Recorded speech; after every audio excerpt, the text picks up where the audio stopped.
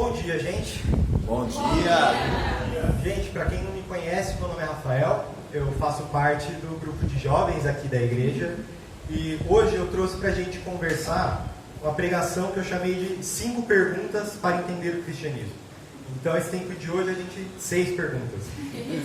Briga, achei fofo, a pessoa no fundo fez assim. 6 perguntas para entender o cristianismo. Então, vão ser 6 perguntas que vão guiar o nosso tempo hoje. Uma vai construir em cima da outra. E a primeira delas, Jesus pregava sobre o quê?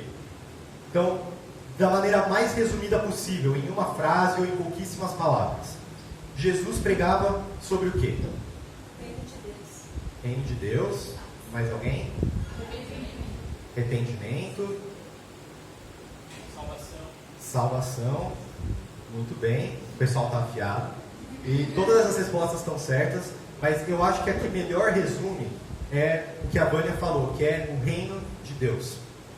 Se for resumir em uma palavra o que Jesus pregava sobre, é o reino de Deus. Reino de Deus ou reino dos céus, esses 2 termos aparecem na Bíblia. Existem várias alusões e menções ao reino no Novo Testamento. Na verdade, só no Evangelho de Mateus tem mais de 30 menções ao reino de Deus. E eu queria mostrar algumas aqui rápidas. Então hoje eu vou passar várias escrituras, passar no telão. Então quando a gente começa o livro de Mateus, em Mateus 3, quando começa o ministério, fala sobre João Batista. E diz, naqueles dias surgiu João Batista pregando no deserto da Judéia. Ele dizia, arrependam-se, porque o reino dos céus está próximo. Então quando a gente vê começando a história de Jesus, tem João Batista. Batista não era o sobrenome dele, era porque ele batizava as pessoas. E aqui ele fala o porquê ele estava fazendo isso. Arrependam-se, porque o reino dos céus está próximo. Então, João começou o trabalho dele porque ele entendia que o reino estava chegando. O reino era o motivo de João fazer o trabalho dele. E se você acompanha o livro de Mateus, Jesus é batizado por João Batista, ele vai ser tentado no deserto, e quando ele volta, ele começa o ministério dele. E em Mateus 4, olha o que fala. Daí em diante, Jesus começou a pregar, arrependam-se, pois o reino dos céus está próximo. Então, Jesus começa o seu ministério, começa a pregar, o reino dos céus está próximo. Ele ia de cidade em cidade pregando, o reino dos céus está próximo, o reino de Deus está próximo. A gente anda mais um pouco no Evangelho, uma das primeiras grandes aulas de Jesus, que é o Sermão da Montanha, onde ele ensina vários valores e ensinamentos do cristianismo, ele faz 9 menções ao reino de Deus. Na verdade, ele começa dessa forma. Vendo as multidões, Jesus subiu ao monte e se assentou. Seus discípulos aproximaram-se dele e ele começou a ensiná-los, dizendo, bem-aventurados os pobres em espírito, pois deles é o reino dos céus. Depois a gente tem mais 3 capítulos, é uma pregação do capítulo 5 ao 7 do livro de Mateus. Jesus explica várias coisas, ele começa falando do reino, ele termina falando do reino, e ele faz mais 7 aversões ao reino em sua pregação. E se você segue o Evangelho, eventualmente Jesus chama dentre os seus discípulos os 12, que são os famosos 12 apóstolos. E Jesus dá uma missão para eles. E aparece isso no capítulo 10. Diz, chamando seus 12 discípulos, deu-lhes autoridade para expulsar espíritos imundos e curar todas as doenças e enfermidades. Jesus enviou estes 12 com a seguinte instrução: não se dirijam aos gentios, nem entrem em cidade alguma dos samaritanos. Antes, dirijam-se às ovelhas perdidas de Israel. Por onde forem, preguem essa mensagem: o reino dos céus está próximo. Então Jesus ele dá autoridade, ele dá poder para os 12 apóstolos para fazerem várias coisas, mas a primeira instrução de Jesus: falem sobre o reino dos céus. Falem especificamente contra os israelitas, mas falem que o reino está próximo. Eu estou no capítulo 10, tem mais 18 capítulos. Eu não vou passar mais escrituras, mas eu só queria usar isso para ilustrar que o reino é algo central nos ensinamentos de Jesus. O reino de Deus ou o reino dos céus é algo que é central para tudo que Jesus vai falar. A gente pode resumir o Novo Testamento em um reino. Jesus está falando sobre o reino, quem estará no reino, quem não estará, como é o reino, mas tudo gira em torno do reino de Deus, ou do reino dos céus. Então, agora a gente vai entrar numa série de aulas que é sobre o reino. Então, nas próximas aulas, nos próximos domingos, a gente vai conversar sobre o reino de Deus. Amém? Amém. Amém. E bom, tendo isso leva a gente para a nossa segunda pergunta do dia, que é: o que é esse reino? Então, se o reino de Deus é algo tão importante, tão central no cristianismo, o que é o reino? Para as pessoas que estão me ouvindo aqui, que se denominam cristãos, vocês conseguem explicar o que é o reino? Se algum colega de vocês do trabalho, ou da faculdade, ou na casa, trouxer uma dessas passagens e perguntar: Rafa, o que está falando aqui? O que é esse reino? Vocês conseguem explicar de uma forma didática, de uma forma precisa? Didática, não. Então, bom, isso é a ideia da aula de hoje, a gente estudar o que é o reino. Se é algo tão importante, tão central, o que é o reino de Deus? Então, para começar, eu acho que a primeira pergunta é: o que é um reino? Então, o que é um reino? Se a gente olhar no contexto da época de Jesus, um reino seria, primeiro, tem que ter um rei, então, que é uma pessoa que tem a autoridade central, a autoridade máxima. O que ele fala é a lei, ele dita os valores, os mandamentos. Então, ele é uma pessoa que tem o poder, tem leis, regras, ensinamentos e tem uma fronteira. Então, o rei da Inglaterra, tudo que ele fala vale dentro da Inglaterra. Quando o Brasil era um reinado, todas as leis do Brasil valiam dentro do Brasil, não fora.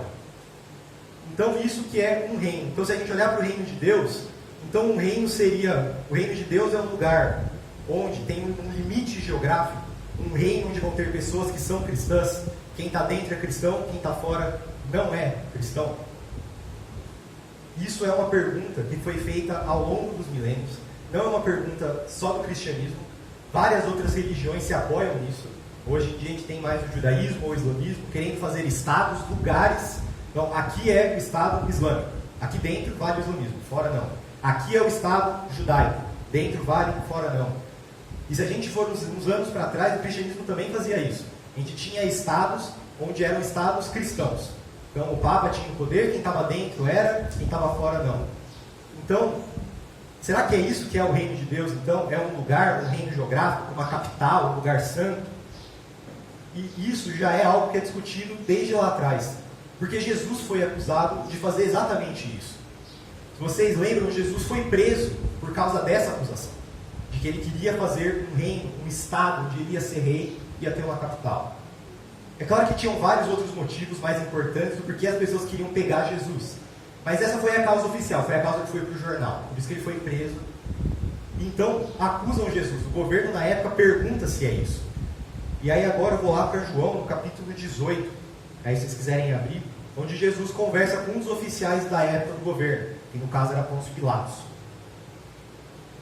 Então, João, no capítulo 18, versículo 36 ao 37.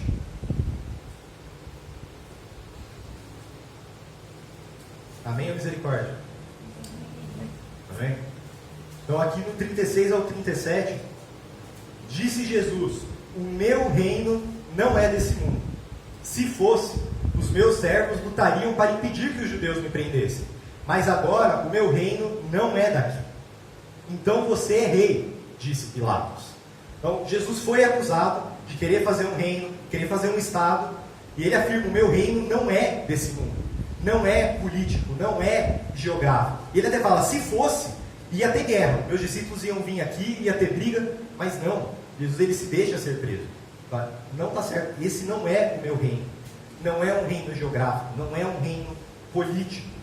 Pessoas acharam que era. Ao longo dos séculos, os cristãos tentaram fazer isso. Mas aqui Jesus está afirmando: não é isso.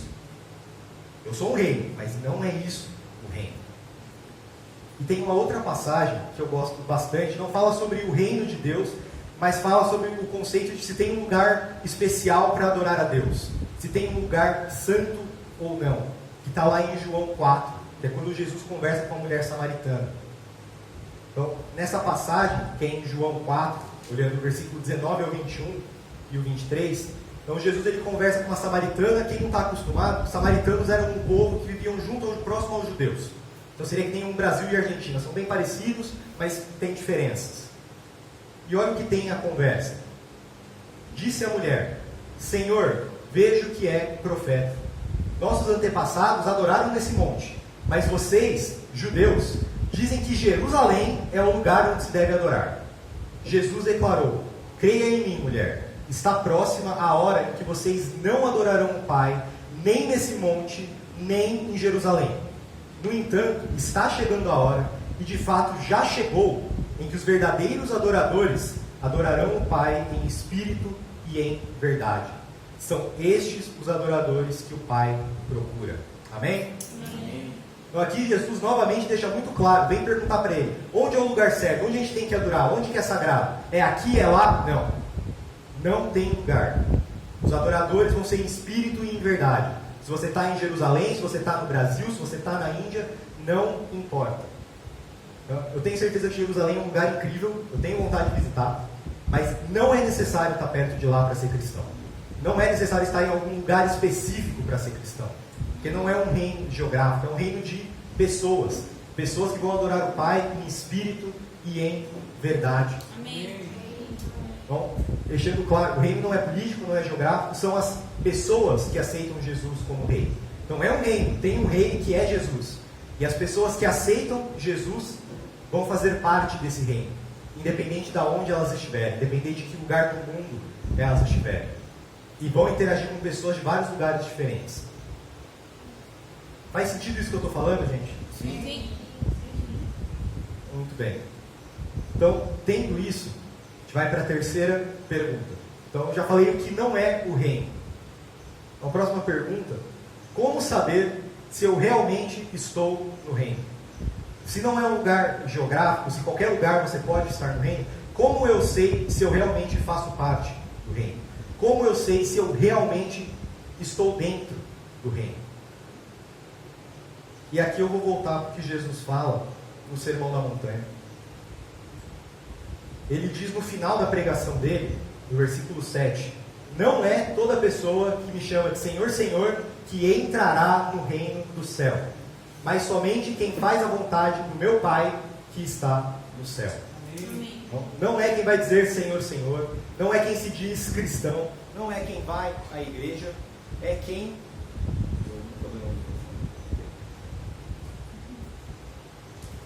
Acho que acabou a bateria. Um segundo, problemas técnicos.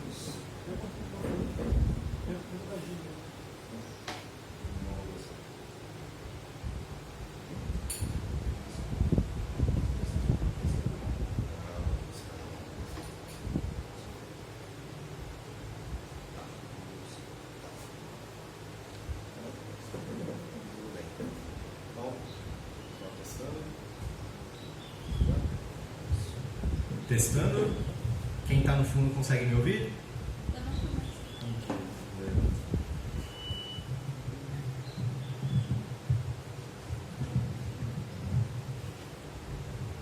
Ok. Então quem está no fundo está me ouvindo? Então maravilha. Problemas à parte, vamos seguir. Então o que eu estava dizendo, não é quem diz Senhor, Senhor que vai entrar no reino de Deus. Não é quem se diz cristão, não é quem vai à igreja, é quem faz a vontade de Deus. Esses são os adoradores em espírito e em verdade. Esses são os adoradores que Deus quer, que Jesus quer para eles. Então, isso é importante porque aqui no país que a gente mora, no Brasil, quase todo mundo vai se dizer cristão. Quase todo mundo vai dizer Senhor, Senhor. Mas poucos fazem a vontade de Deus. Poucos são adoradores em espírito e em verdade. E, bom, se quem vai entrar no reino de Deus é quem faz a vontade, então qual que é a vontade de Deus? O que eu tenho que fazer? E não dá para falar tudo aqui, porque é a Bíblia. A Bíblia inteira vai falar sobre isso, qual é a vontade de Deus, quais são os ensinamentos de Deus. E não daria para falar em uma aula, não daria para falar em uma pregação. Eu vou trazer alguns pontos, mas eu incentivo quem quer entender mais sobre isso, que estude a sua Bíblia. Leia ela, e lá você vai ver qual é a vontade de Deus, o que Jesus pede para a gente fazer, o que Jesus comanda que a gente faça. Estude a sua Bíblia. Se você tem dificuldade, chame um amigo, chame alguém que te chamou aqui, peça ajuda para estudar a Bíblia. Aqui eu vou trazer só 2 pontos de exemplo, mas é muito mais do que isso, ok? Então, só para trazer 2 exemplos, eu vou pegar essa mesma pregação que Jesus está falando, que é o Sermão da Montanha, onde Jesus fala vários dos valores do reino, várias coisas que os discípulos deles deveriam fazer. Então, para pegar a primeira, estou aqui no Mateus 5, versículo 22. Mas eu lhes digo que qualquer um que ficar com raiva do seu irmão será julgado. Quem disser ao seu irmão, você não vale nada, será julgado pelo tribunal. E quem chamar o seu irmão de idiota, estará em perigo de ir para o fogo do inferno. Aqui a gente tem um valor claro do reino, que é os relacionamentos, que é você estar em paz, não guardar mágoas do seu irmão. Esse é um valor claro, e alguém que quer fazer a vontade do Pai, irá atrás de cumprir esse mandamento. Então, um cidadão do reino é alguém que vai perdoar, não vai guardar mágoas. Se alguém te magoou, se alguém fez algo para você, vai liberar o perdão. Depois Jesus ele fala, se você está brigado com alguém e está indo lá dar sua oferenda a Deus, pode largar no chão, volta. É mais importante você se reestabelecer, ter relacionamentos, não guardar mágoas, liberar perdão. Se você fez algo errado, tente se reconciliar com a pessoa. Peça perdão. Coloque o relacionamento entre as pessoas em primeiro lugar. Então esse é um valor do reino que é claro. E que um cidadão do reino, um adorador do Pai, deveria ver isso na sua vida. Então aqui eu trago para vocês refletirem, ninguém precisa falar em voz alta, mas se você enxerga esse valor na sua vida, você que se denomina como cristão, você tem conseguido liberar o perdão para os outros, tem conseguido não guardar mágoas, ou você guarda aquela mágoa, aquela pessoa fez algo para você e você continua remoendo. Você tem sido capaz de ver quando você errou com alguém e pedir perdão, tentar se reconciliar com essa pessoa. Ou você se afasta, não, eu estou certo, essa pessoa aqui não entendeu, não quero mais saber. Qual é a postura que vocês têm tido na sua vida? É uma postura que mostra o valor do reino?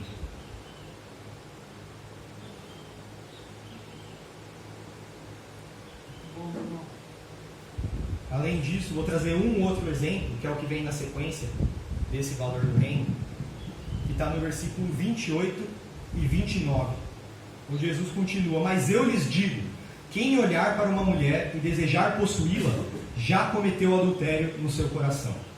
Portanto, se o seu olho direito faz com que você peque, arranque-o e jogue fora, pois é melhor perder uma parte do seu corpo do que o corpo inteiro ser atirado do inferno. Aqui Jesus ele fala sobre pureza, sobre olhar as pessoas como seres humanos, não ficar desejando o outro. E esse é o valor do reino.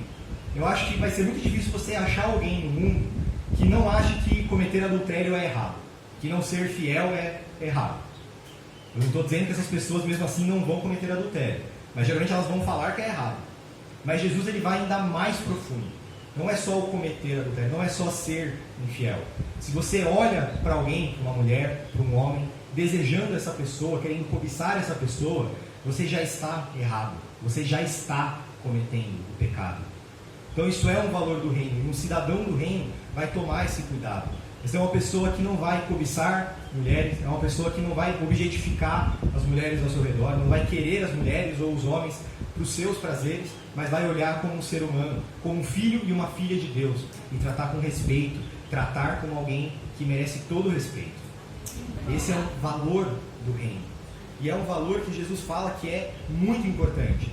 Se o seu olho te faz pecar, arranque-o fora. Então isso é uma metáfora, mas seja radical. Se tem coisas na sua vida que fazem você errar nessa área, lide com isso. Então se tem pessoas ao seu redor que te incentivam a cometer esse tipo de pecado, que te incentivam a objetificar as mulheres, a tratar elas de forma diferente, se afaste dessas pessoas. Se você está consumindo coisas, sejam leituras, mídias, jogos, que te fazem pecar nessa área, corte fora. A pessoa do reino é alguém que vai levar isso a sério e vai ser radical com isso. Porque entende a importância. Amém? Amém. Amém? Então, mais uma vez, chamar para vocês refletirem, não precisa falar nada, se vocês veem isso na vida de vocês.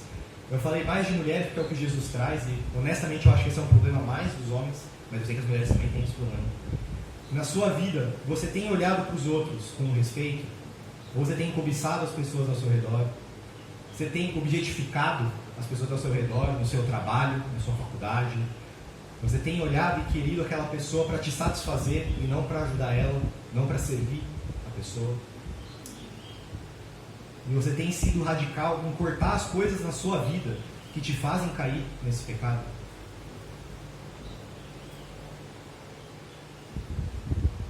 E aqui eu queria trazer um ponto, que é falar o óbvio, mas que esses são valores, são só 2, tá? Isso é o começo da pregação, tem mais 3 capítulos.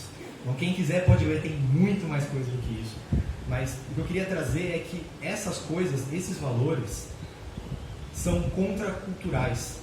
Os valores do reino são contraculturais. O que isso quer dizer? Vão contra a cultura local. Então você está inserido numa cultura e são valores contraculturais, vão contra ela. Então isso é algo importante de ver, porque esses valores que eu estou colocando não são os valores ao nosso redor. Então aqui a Bíblia e Jesus deixam claro, já nesses 2 pontos, uma pessoa do reino, um valor importante é você perdoar as pessoas, ter bom relacionamento e não guardar mágoas. Mas é isso que o mundo ao nosso redor ensina? Não. A gente é ensinado, a gente é incentivado a não perdoar. Aquela pessoa não vale nada, aquela pessoa é uma idiota, não precisa estar perto dela. Não, você não fez nada de errado, não precisa pedir perdão. Isso é o normal ao nosso redor, porque é a cultura ao nosso redor. E não digo só o Brasil, de todos os países. Aqui a Bíblia fala para a gente ser sério com o pecado de imoralidade, com o pecado de impureza. Mas ao nosso redor, se a gente olhar as propagandas, as músicas, as mídias, tudo é para objetificação, tudo é para cobiça. As conversas no escritório, as conversas no bar, as conversas na universidade. A gente vê o mundo ao redor nos pressionando a ter os valores do mundo, e não os valores do reino, porque são contraculturais. E a maioria, a esmagadora maioria dos valores e ensinamentos do reino vão ser dessa forma. Eles vão ser contraculturais. Eu estou trazendo isso porque para quem se identifica como cristão, tem que saber que vai haver uma luta, vai haver uma pressão. Porque a todo momento, você vai chegar num momento que você pode tomar 2 caminhos. Você pode seguir o que as pessoas ao seu redor estão te falando que é o certo, ou o que os valores de Jesus dizem que é o certo. E nessa hora, o que você faz? Quando você tem mágoas ao seu redor, você segue o que o mundo diz ou o que Jesus fala? Quando você está tendo problemas com cobiça, com adultério, com ser fiel, você segue o que o mundo fala ou o que Jesus? Porque são valores contraculturais. E vai haver esse problema. E a gente precisa ser forte de manter os valores. Faz sentido? Amém. Amém. Então aqui, colocando um resumo, o reino é o grupo de pessoas que seguem as leis e os ensinamentos de Jesus. O reino é o grupo de pessoas que seguem as leis e os ensinamentos de Jesus. Não é as pessoas que se dizem cristãs. Não é as pessoas que vão para a igreja. Não é as pessoas que falam, ah, Senhor, meu Senhor. São as pessoas que seguem as leis e ensinamentos de Jesus. E isso aqui, especialmente no Brasil, onde a maioria das pessoas são cristãs, se dizem cristãs, é algo muito importante. Porque pode levar ao ceticismo, como me levou. Então, para quem me conhece, sabe que a maior parte da minha vida eu não acreditei em Deus. A maior parte da minha vida eu não quis nada a ver com Deus, com igreja. E parte disso era porque eu via várias pessoas ao meu redor que se diziam cristãs, sejam colegas, sejam professores, sejam até alguns familiares. Mas eu não via essas pessoas seguindo os valores do reino. E eu podia até não ser cristão, mas eu não sou trouxa. Eu sei o que está escrito na Bíblia. Eu não sei tudo, mas alguma coisa todo mundo sabe. Então eu sabia que você não devia guardar mágoas e perdoar. E eu via os cristãos ao meu redor tendo brigas, sendo orgulhosos, guardando mágoas, se afastando de pessoas. Falavam que o cristão tinha que ter uma pureza na vida. E eu via os cristãos ao meu redor traindo as esposas, batendo nas esposas, incentivando conversas de cobiça. E isso me deixou muito cético. Porque eles se diziam cristãos, mas não seguiam o reino. Então, não é quem fala, meu Senhor, que entrará no reino. É quem faz a vontade de Deus. Isso é bem diferente. Amém. E bom, então, indo para a nossa quarta pergunta, seria, mas é possível mesmo vivenciar o reino? Vivenciar essa comunidade de pessoas? Porque aqui eu não estou falando de algo só individual, mas algo comunitário. Então, ou seja, quando eu falo do reino, você tem que pensar que eu estou falando de várias pessoas. Então eu não estou só chamando você a ter, no caso, 2 casos que eu trouxe, um foco em pureza, um foco em perdão. Mas você imagina uma comunidade de pessoas que são assim? Uma comunidade de pessoas que perdoam umas às outras? Uma comunidade de pessoas que não guardam mágoas, que se ajudam, que têm relacionamentos profundos entre elas? E não só isso, além de fazer isso, essa comunidade também não objetifica as pessoas, tratam as mulheres com todo o respeito, com toda a pureza. Não estou falando de uma pessoa, estou falando de um grupo. Você já viu esse grupo? Você já fez parte de uma comunidade que é assim? Porque como eu falei, a maior parte da minha vida eu nunca tinha visto isso. E eu achava que não era possível. Por isso que eu trago a pergunta.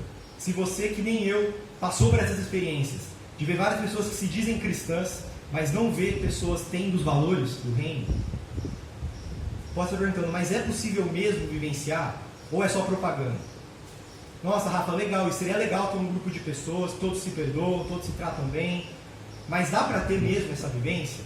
Ou isso é só uma propaganda, mas na prática não dá certo? E eu queria que todo mundo aqui fosse honesto consigo mesmo, se você tem essa dúvida. Porque eu já tive. A maior parte da minha vida eu tive essa dúvida. E estudando sobre esse assunto, eu vi um documento que eu queria poder compartilhar com vocês, que é um documento que já tem quase 2000 anos, que é a carta de um governador que chamava Plínio. Acho que alguns podem conhecer. Mas basicamente, se a gente volta 2000 anos atrás, o cristianismo estava começando e era algo novo no país que estava, que era Roma, o Império Romano. Então vários governadores, vários políticos estavam tentando entender o que fazer com essas pessoas. Alguns perseguiram, alguns sabiam o que lidar, prendiam. E tem um documento que chega a gente até hoje, que foi a carta de um governador romano mandando ao imperador, contando o que ele estava vendo os cristãos ao seu redor fazendo, para entender como lidar com isso. Então eu queria compartilhar, é um pouquinho longo, mas eu vou ler, que é uma evidência de como era o cristianismo no começo. Que são trechos da carta, então ele está falando sobre os cristãos que ele via na região dele. Afirmaram, no entanto, que toda a sua culpa, ou seu erro, foi que tinham o hábito de reunião em um determinado dia fixo antes do amanhecer do dia, quando cantavam em versos alternados um hino a Cristo como a um Deus, e vincularam-se por um juramento solene, não a qualquer maldade, mas nunca cometer qualquer fraude, roubo ou adultério, nunca falsificar a sua palavra, nem deixar de entregar uma relação de confiança quando necessário. Após essa reunião, era de seu costume se separar, para então se reunir novamente e dividir os alimentos, mas a comida de um tipo comum e inocente. Pessoas de todas as classes e idades e de ambos os sexos são e serão envolvidas na acusação, pois essa superstição contagiosa não se limita apenas às cidades, mas tem se espalhado pelas aldeias e zonas rurais. Parece possível, no entanto, verificar e curá-la. Então aqui a gente tem um documento, menos de 100 anos depois da ressurreição de Jesus.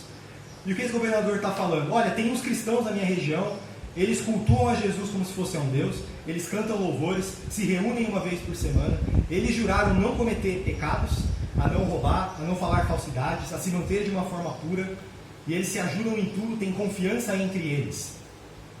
É o relato do reino. São os valores do reino sendo colocados aqui.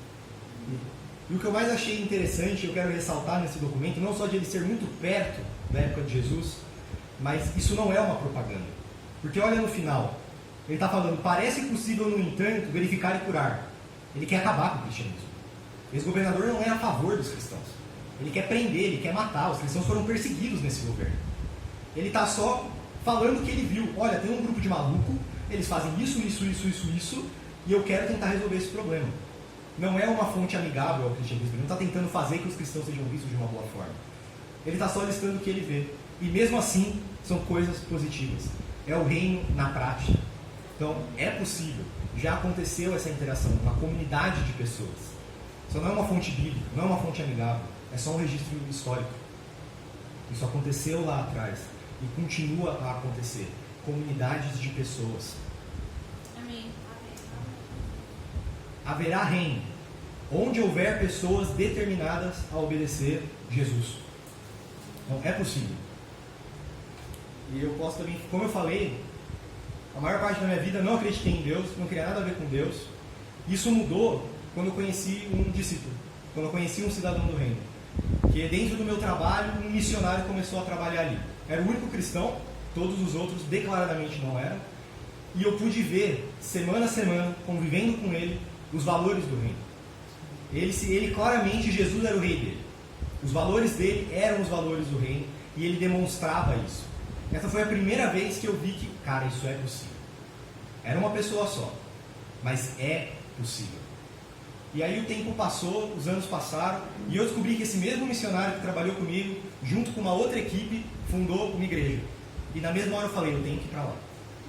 Porque eu confio nele, eu vi o que ele fez, eu vi que ele é um verdadeiro discípulo. Então a chance dessa comunidade seguir os valores de Deus é muito alta. E foi a primeira vez que eu vi realmente uma comunidade. Não era uma pessoa, não era duas, eram todos se reunidos para fazer a vontade de Deus, colocar os valores de Deus. Não são pessoas perfeitas, ninguém é, mas tentavam o tempo inteiro.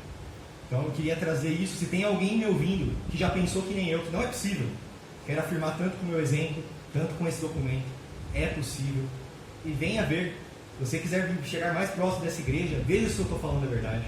Se você é mais próximo de outra igreja, vai e veja se é verdade. Não fica só vendo se são cristãos. Eles colocam os valores do reino em primeiro lugar. Não só os líderes, todos. As pessoas, uma comunidade de pessoas. Porque é possível. É difícil, mas é possível. Amém. Amém?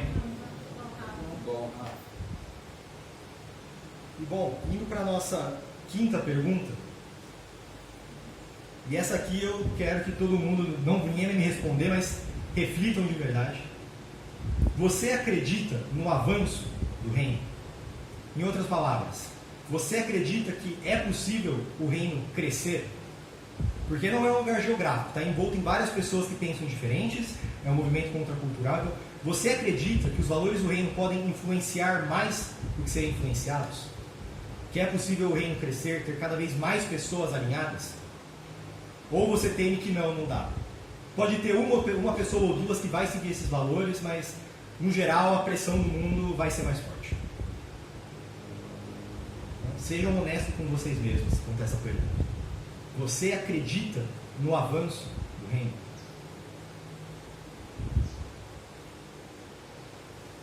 E aqui é a última escritura, eu juro, sei que hoje foi muitas escrituras. Ótimo. Que é uma escritura lá em Mateus 13, onde Jesus explica sobre o reino. E ele fala um pouco sobre isso.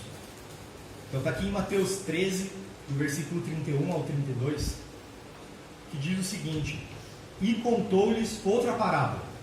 O reino dos céus é como um grão de mostarda, que um homem plantou em seu campo. Embora seja a menor dentre todas as sementes, quando cresce, torna-se a maior das hortaliças, e se transforma numa árvore, de modo que as aves do céu vêm fazer os seus ninhos em seus ramos.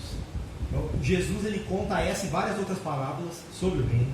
E aqui ele traz essa analogia. O reino é como um grão de mostarda, que para aquela época, para aquela cultura, ele era um grãozinho mais pequeno.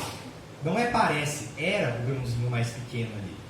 Então o que se imaginava? Bom, esse grãozinho pequeno vai plantar e vai dar uma plantinha minúscula. O pessoal já vai vir e vai pisar nela, ou vai todo mundo comer as folhas dela, não vai ter raízes profundas, as plantas maiores vão pegar toda a luz do sol. Essa planta não vai vingar, é pequenininha. Mas o grão de mostarda, a semente é pequena, mas ele transforma em umas maiores árvores daquela região. E Jesus está falando que o reino é assim. Ele vai começar pequeno, e ele não parece pequeno, ele é pequeno. Mas ele vai crescer e vai se tornar do tamanho de um grão de mostarda. Então, o grãozinho de mostarda ele estava competindo com as outras hortaliças ao redor, mas ele se tornou a maior, ele conseguiu vencer. E aqui Jesus traz isso. Então Jesus ele acredita no avanço do reino. Ele está afirmando, não, vai crescer, vai dar certo. E quanto a isso, também é uma coisa boa, legal de olhar, só ver o crescimento do cristianismo. Se a gente olha alguns anos depois da ressurreição de Jesus, o que era o reino? Era uma comunidadezinha em Jerusalém, minúsculo. Mas você passa menos de 100 anos depois da morte de Jesus e você tem reino no Oriente Médio, você tem o reino na Turquia, na Grécia, na Ucrânia, em Roma, até na Índia. Os 12 discípulos foram para todos os lugares pregando o reino. E o que parecia minúsculo, que nunca ia dar certo, ficou tão grande, tão difícil de controlar, que um governador teve que ligar para o imperador e falar: eu não sei como lidar com isso aqui, porque está crescendo muito. O reino ele começa pequeno, mas ele vai crescer. E se olhar mesmo essa igreja que está aqui agora, e tem várias outras boas igrejas, se a gente volta 50 anos, não tinha essa igreja no Brasil. Não tinha nada. Agora tem Salvador, Rio de Janeiro, BH, Recife, Salvador, Goiânia, Brasília, Ribeirão Preto. Então, parecia pequeno. Nossa, como é que a gente vai conseguir fazer isso? Já tem tanta coisa aqui no Brasil. Mas foi possível. Porque o reino de Deus é como um grão de mostarda. Ele começa pequeno, mas ele cresce. Jesus está chamando a gente para ter fé. É pequeno, mas vai crescer. Pode confiar. O reino ele vai vingar, ele vai avançar. Jesus ele não só diz para ter fé no reino, e esse vai ser o último ponto, ele nos convida a cooperar para o seu avanço. Jesus ele não fazia as coisas sozinho. Ele chamava os seus discípulos para ajudar, para evangelizar. Ele deixa a mensagem para os discípulos dele: vão e façam discípulos, vão e preguem o evangelho. Foi tanto que o cara saiu do Oriente Médio e foi parar na Índia. Esse era o tamanho da convicção de que eu vou ajudar o reino a crescer. Um outro discípulo foi para Roma, o outro foi para a Ucrânia. Eu vou fazer acontecer, eu vou evangelizar. Então, Jesus é o rei, ele é a fonte de poder, mas ele nos chama a cooperar, ele nos chama a ajudar a fazer o reino avançar, através do evangelismo, mostrar para as pessoas esses valores, mostrar que é sim possível não viver nesses valores do mundo, que tem valores melhores, tem valores vindos direto de Deus. E isso é muito possível. E eu queria terminar falando sobre um tipo de evangelismo um pouco diferente. Porque quando a gente fala nisso, de levar a palavra, a gente geralmente fala do evangelismo, de realmente, que nem os discípulos faziam, de sair pregando. O reino dos céus está próximo, e vai falando de Jesus para as pessoas. E essa forma de evangelismo, ela é muito importante. A gente, inclusive, já fez várias pregações aqui nessa igreja falando sobre ela. Mas eu queria trazer uma outra forma de evangelismo, que é o evangelismo pelo exemplo. Que é uma forma de evangelismo que para mim é muito importante. Porque foi o que eu vi, como eu falei, o meu primeiro contato foi com um missionário. E esse missionário nunca falou de Deus para mim. Ele falou que ele era cristão, ele falou que ele veio fazer uma igreja, mas ele não falou nada de Deus.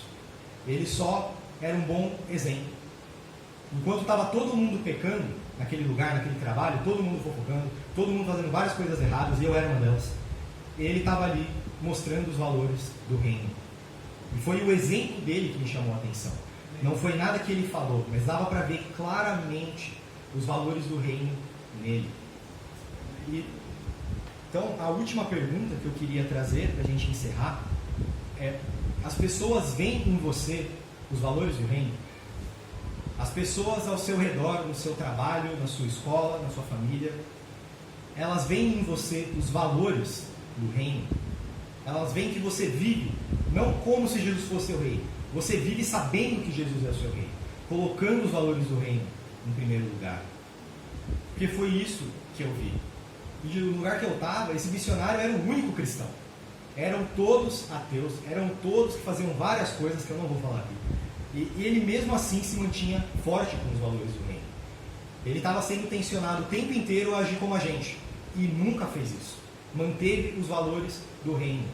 Não tinha ninguém aqui para ver se ele estava realmente sendo um bom cristão ou não. Ele estava sozinho, que ele foi o primeiro cara a chegar. Não tinha ninguém na cidade para observar ele. Ele estava num lugar que ninguém era cristão. Ele podia simplesmente, aqui para facilitar o convívio, eu vou ceder. Eu vou fazer esse valor aqui porque eu estou sozinho. Não, ele não fez isso. Ele se manteve firme o tempo inteiro. Ele não falou de Deus, mas ele claramente vivia com os valores de Deus. Eu quero chamar todos aqui para pensar e refletir nisso.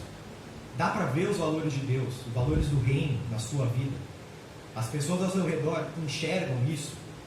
Ou quando você está sozinho, quando a pressão do mundo é maior, você cede às pressões do mundo? E eu trago isso porque é uma coisa muito simples. Se aquele missionário tivesse feito isso, talvez ele não estivesse aqui. Vou encerrar com uma oração, a gente vai ter mais um louvor. Pai querido, Pai amado, meu Deus, Pai, muito obrigado pela sua palavra, Pai, obrigado pelos seus ensinamentos, obrigado por esse domingo, Pai, obrigado pelo seu reino, obrigado pelo que Jesus fez na cruz por nós, Pai, ter pago os nossos pecados, Pai, e nos dado esse reino, essas pessoas amorosas, reino de pessoas que querem seguir ao Senhor, louvar ao Senhor, Pai. Oro que tudo que eu falei possa ajudar as pessoas, e se eu falei algo que não ajude, que as pessoas esqueçam, Pai, e que o seu reino possa sempre avançar, Pai. Não as pessoas se dizerem cristãs, Pai, mas pessoas que se comprometem a fazer os seus valores, a fazer os seus mandamentos, Pai. Fique com o nosso domingo, com esse final de culto, Pai. Em nome do seu Filho Jesus, que é nosso Rei, que eu te oro por tudo isso, Pai. Amém. Amém.